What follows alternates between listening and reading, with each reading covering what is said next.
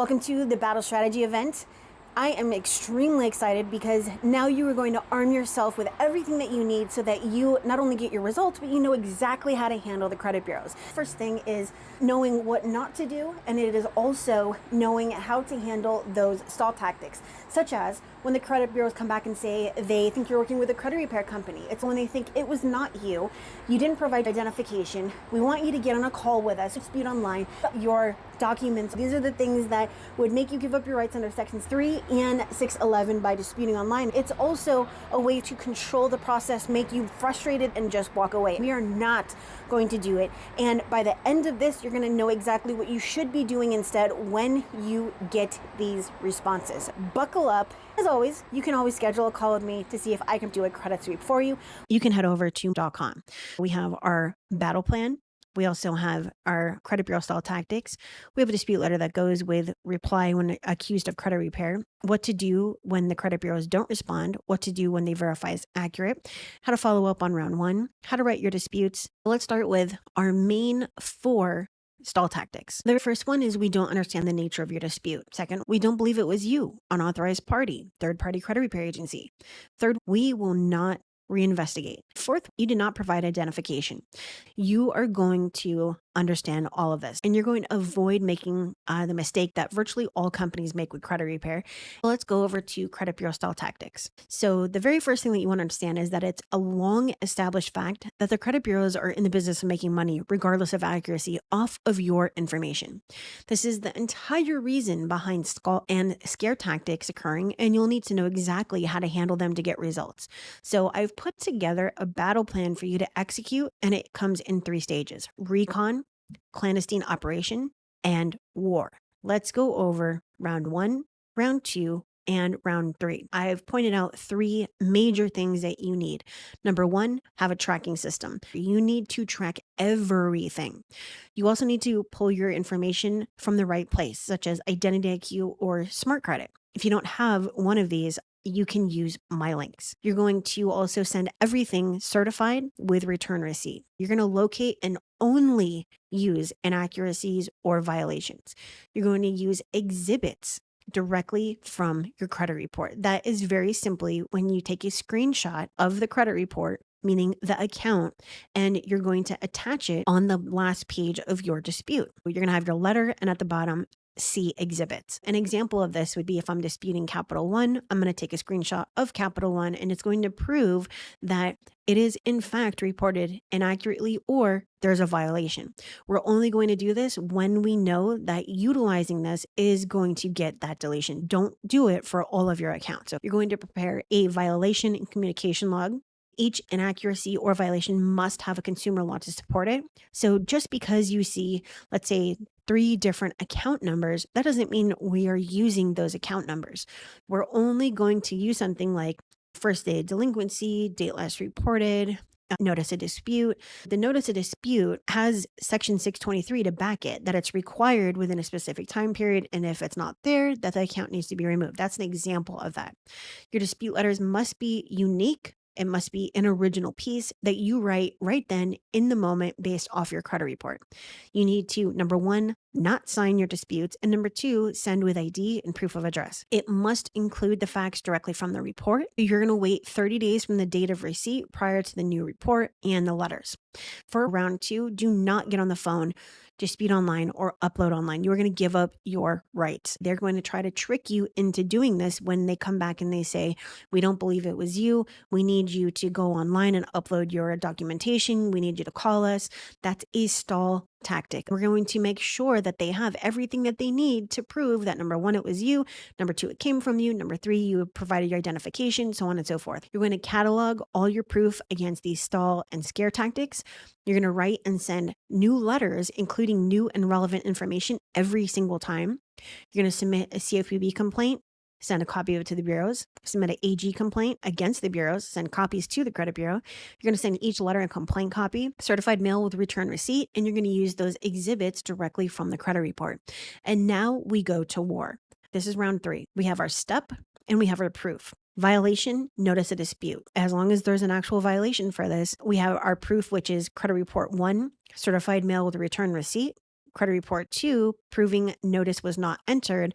And the second one would be date last reported. It proves no investigation took place. If the date last reported did not change, but they verified as accurate, it means no investigation was done, further proving failure to comply with federal law. Our violation log, you're going to send a copy of this. I don't care if it's just a piece of paper, but it's going to include the dates, reports, complaints, certified mail, return receipt copies, etc. And send all of this with an intent to sue. Do not send an intention to sue if you do not have the intention of carrying it out. It is illegal to do so. When they come back and they say they don't understand the nature of your dispute, the credit bureaus most definitely understood exactly what you were saying. Send a new dispute letter using new and relevant information, taking the facts directly from the credit report to support your arguments. And I want you to reread your letter from an objective view and make sure that your paragraph includes your reasons why you're disputing and what you want them to do. When they say, we will not reinvestigate pursuant to FCRA 611 unless you provide additional information from the creditor, the court, or have new and relevant information. You are going to send your new dispute letter including new information that was not previously used in your dispute letter. You did not provide identification. Always send your identification on the same piece of paper. I don't care if you have to have size 8 font for your letter, the computer is going to read it. Front page should be letter, back page should be identification, and your identification must include ID and proof of address such as utility, cell phone bill, W-2, pay stub, bank statement, voter's registration, etc. This is the letter that we are going to send. You need to put this in your own words, but this is the structure. This letter is in response to your computer generated letter dated insert date. Your letter states that you have decided to cease investigation of the incorrect items I've reported to you because in your opinion, I'm the client of a third-party credit repair agency. Well, in my opinion, this is an obvious dragging of your feet tactic in order to delay my original request, and it's also a blatant violation of the FCRA. You were advised by me on my letter dated insert date and copy enclosed to investigate a few things that I believe are inaccurate. That request was written by me and mailed by me, not a third-party agency. It appears obvious to me that you're abusing your power under the FCRA to escape a complete investigation. And FYI, I did some research on the matter and found that there's no law forbidding a consumer from using a credit repair agency, which makes your response even more absurd. As a matter of fact, Congress has found the process so overwhelming that they specifically afford consumers the right to use a third-party agency on their behalf if they so choose. Congress also reserved my right to sue a credit bureau for violations of the FCRA. I believe I can prove that you did not use reasonable measures to ensure accuracy of my credit reports, and you are now stalling the process further. I realize disputes may be expensive, and therefore it's your job to stall them, but you do so at a great risk. Please take notice that this letter dated, insert today's date, is formal notice to you that I'm requesting for you to continue moving forward with my original investigation request. Send the results to me within 15 days. I therefore legally and lawfully refuse your form letter, thus giving you only 15 days, not 30 more.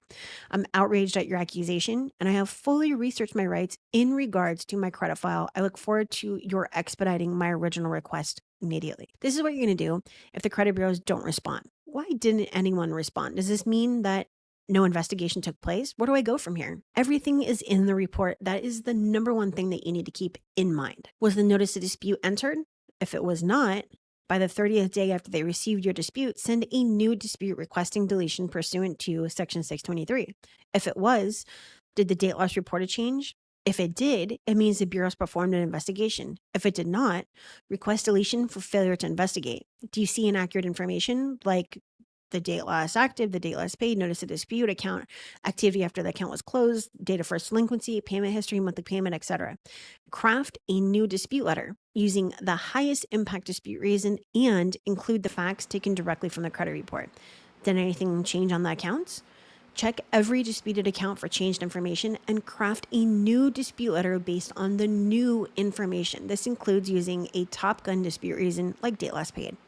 If nothing changed, do not reuse a previous dispute. You need to send something that you have not previously disputed. Which of these are you going to try? What do you think is going to be the best strategy for you? Now we are on step number 2. With step number 2, we're going to get creative. If they still don't respond, why do you think these responses are not coming in? You need to ask for proof of investigation. If you are sending in your disputes, but nothing is happening, you demand proof of investigation. And again, ask for proof of investigation. If you did not send your disputes certified, then you need to send this round certified and ask for proof of investigation. Send a dispute to the creditor or collector and ask for a response. Start making noise about the fact that no one is responding to you. You can also ask for documentation proving that the data performed their responsibilities to begin with. Send a letter to the credit bureaus demanding deletion because you did not hear back from the data furnisher, and if they had investigated and they did report accurately, they'd have no problem responding and complain.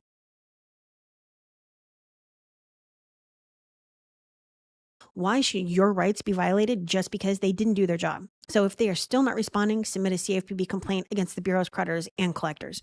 Include all your dispute copies, credit reports, and if relevant, certified mail tracking and return receipt. Send a copy of it to all relevant parties.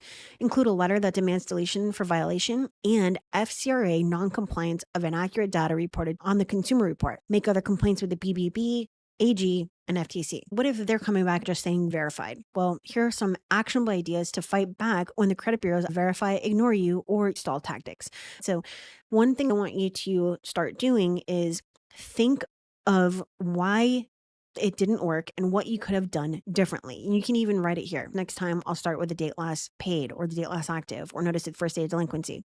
Now, here are a few reasons why it was verified.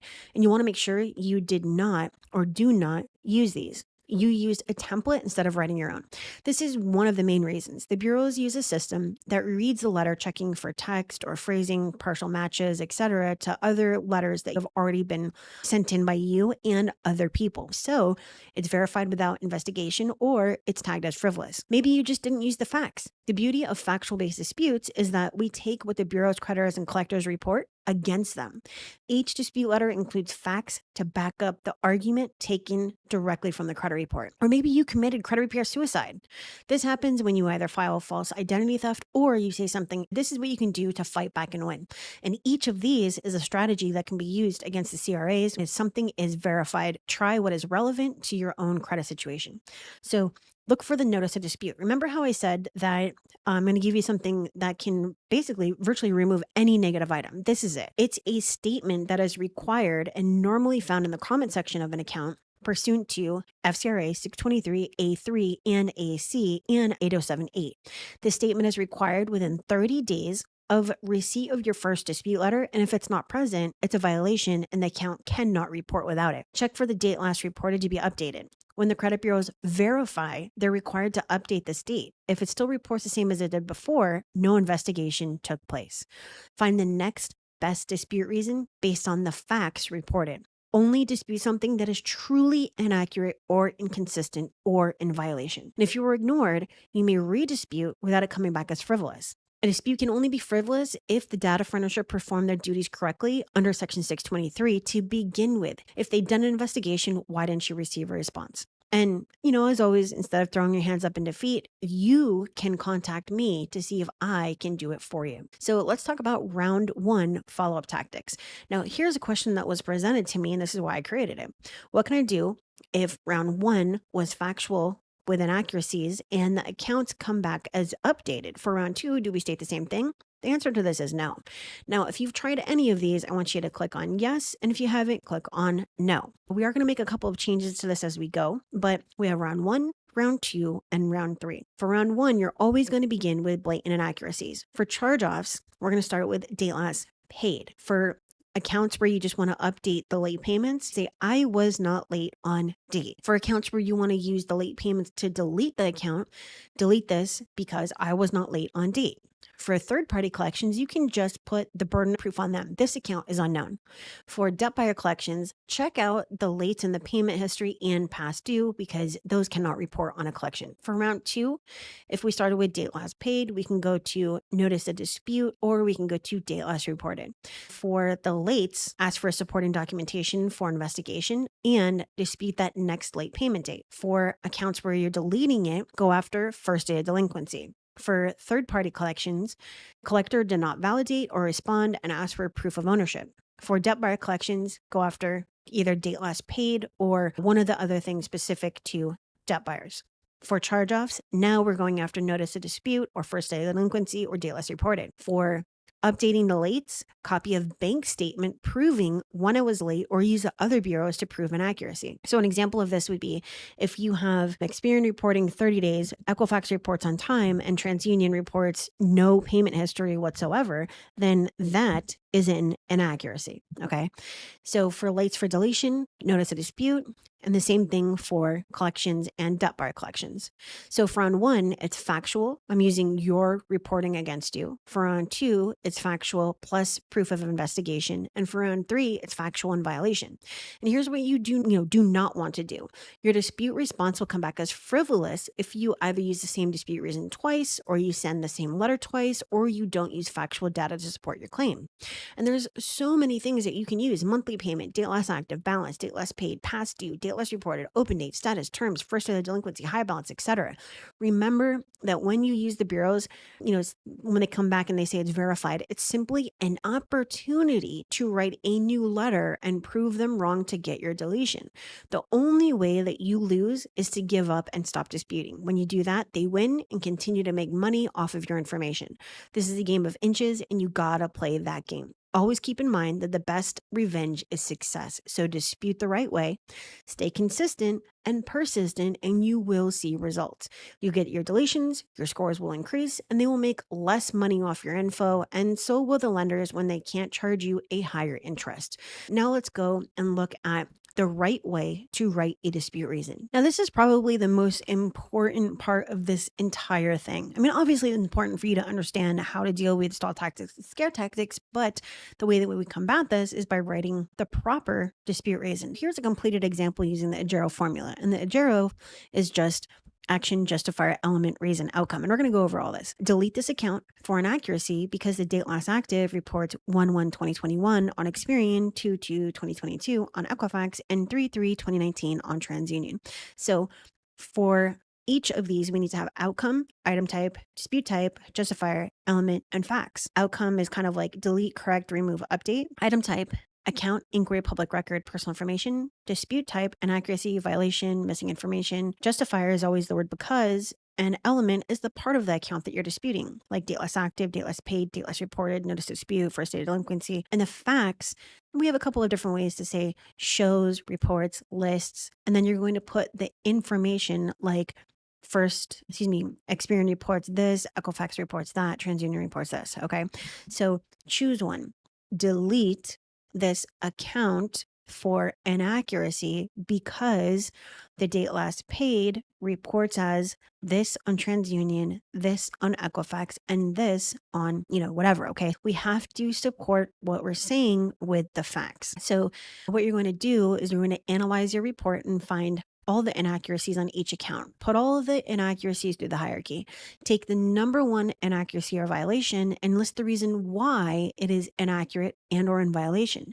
You're going to fill out the facts section of this chart. You're going to find the rest of the chart left to right, and you're going to write out the full dispute reason below and add it to your dispute letter here. It's time to put it all together. Always remember that the key to the letter is the reason for removal, not any of the text at the top of the letter. This is how we're going to do that. What I want you to do is go and look at each of your accounts and write a dispute reason, taking one from each of the columns. Now, the reason that this works is because, again, you're using the facts to support your argument. It cannot come back as frivolous. They cannot say, we don't understand the nature of your dispute, and you are providing new and relevant information taken directly from the credit report. So this resolves 90% or whatever of the things that they can come back and say, okay? So this is why we do this for every single account, every single time, all right? Now, another thing is that we have a credit glossary, all right? Now, you may not think that this is really anything, but it was requested so many times that I put together all of these terms and all of the definitions. So you can access this link as well, but I'm also giving you the links to 3 different products that are going to help you to achieve these key strategies here: live automation, credit repair course on steroids, and the all-in-one crash course. So if you go to the directory, and I will add a link to that, find all my, at least the courses that are here on SamCard. Okay. So we have how to fix your credit report step-by-step for beginners, the credit repair course on steroids, which I would take all day over the step-by-step for beginners, the all-in-one crash course, which is a beautiful complement to the credit repair course on steroids, Live Automation, which is an app that I built on top of Google Sheets, and how to remove unpaid charge-offs. So I listed these specifically, Live Automation, which is a tool, and the all-in-one crash course, which is a 69-minute video with a ton of bonuses, and the credit repair course on steroids, because they all go together. All right. So if you want to access these, go and check it out. But Live Automation, this is version 1.4.5. So yours will not look like this. This is the next version that's coming out, but it very simply allows you to add your personal information, choose a letter, tell it, which bureau to dispute.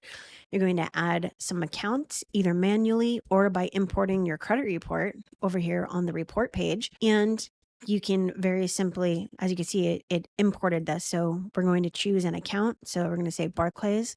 It's automatically going to populate the creditor name and account number for you. All you do is choose what you want to dispute on it, like date last paid. You're going to say you want to delete or update, and choose the bureaus that are reporting it, like Equifax, TransUnion, or Experian, and it's going to create the perfect dispute reason for you using this structure. Okay, so in this example, I'm disputing the date last paid for Barclays account number 1552 on all three bureaus. It's going to go and say, delete this account for inaccuracy, or delete this account because the date last paid reports as, and as you can see here, it says added facts to support your argument. You're going to get that right from here. You're just going to double click inside this. And as you can see, it says date of last payment. You're just going to copy this and put that in that box. Now, I am currently writing a formula that'll extract it for you. It doesn't like how many characters my formula has, because it's really, really long, because I have to write a formula if statement for each bureau. If it's reported on one bureau, then, copy the one word after date last paid. If it's reported on two bureaus, copy, first and second word after date last paid. If it's reported on all three bureaus, then go and copy the first, second, and third, and then report it on here. So it's a pretty lengthy thing. I don't know if I'm going to make it work, but this is still better and faster than the other apps that are out there and the other software that's out there. So again, you can do it manually, or you can do it by importing your credit report. And even if you do import your credit report, let's say that it doesn't import something that it should, you can just come over here and add it manually by going creditor name, account number, and you can choose the type of account and it'll spit out a reason for you, add some facts, and boom, wham, bam, thank you, ma'am. Smash that like if you enjoyed this. Let me know if you have questions. And again, I will put the course directory link down here. So I'm going to go and get this out into the YouTubes for you as an unlisted link. And I really hope you enjoyed this. I hope you learned something. Thanks.